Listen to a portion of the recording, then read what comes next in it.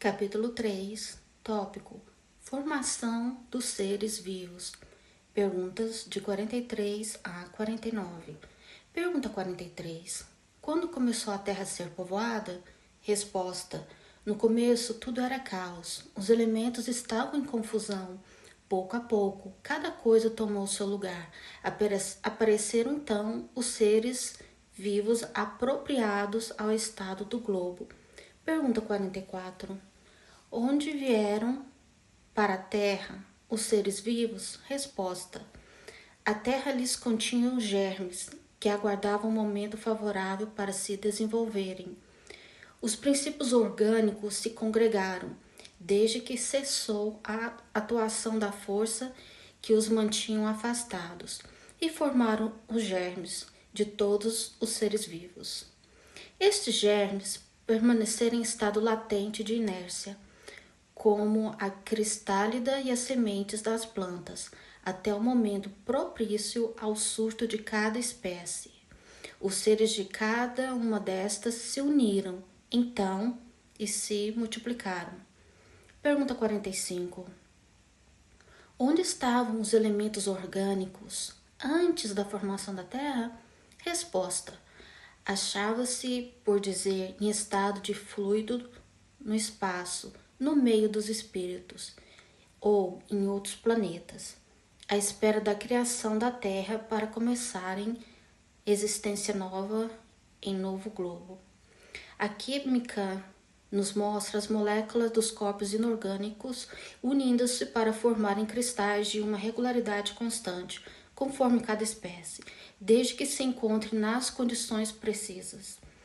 A menor perturbação nessas condições basta para impedir a reunião dos elementos, ou, pelo menos, para obstar a disposição regular que constitui o cristal. Porque não se daria o mesmo com os elementos orgânicos? Durante anos se conservam germes de plantas e de animais que não se desenvolvem senão a uma certa temperatura e em um meio apropriado. Tem-se visto grãos de trigo germinarem depois de séculos. Há, pois, esses germes um princípio latente de vitalidade que apenas espera uma circunstância favorável para se desenvolver. O que diariamente ocorre debaixo das nossas vistas, porque não pode ser ocorrido desde a origem do globo terráqueo, a formação dos seres vivos. Saíram eles do caos pela força mesmo da natureza. Diminui de alguma coisa a grandeza de Deus? Resposta: longe disso, corresponde melhor à ideia que fazemos do seu poder a se exercer sobre a infinidade dos mundos por meio de leis eternas. Esta teoria não se resolve, é verdade, a questão da origem dos elementos vitais, mas Deus tem seus mistérios e pôs limites às nossas investigações. Pergunta 46. Ainda há seres que nasçam espontaneamente? Resposta: sim, mas o germe primitivo já existia em estado latente. Sois todos os dias testemunhas desse fenômeno. Os tecidos do corpo humano e dos animais não encerram os germes de uma multidão de vermes que só esperam para desabrochar.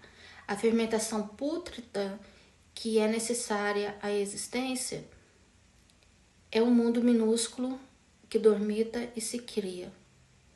Pergunta 47. A espécie humana se encontra entre os elementos orgânicos contidos no globo terrestre? Resposta: sim, e veio a seu tempo. Foi o que deu lugar a que se dissesse que o homem se formou do limo da terra. Pergunta 48. Poderemos conhecer a época do aparecimento do homem e dos outros seres vivos na terra? Não. Todos os vossos cálculos são quiméricos. Pergunta 49. Se o germe da espécie humana se encontra entre os elementos orgânicos do globo, por que não se formam espontaneamente homens como a origem dos tempos? Resposta: o princípio das coisas está nos segredos de Deus. Entretanto, pode dizer-se que os homens, uma vez espalhados pela terra, absorvem em si mesmos os elementos necessários à sua própria formação, para os transmitir segundo as leis da reprodução. O mesmo se deu com as diferentes espécies de seres vivos.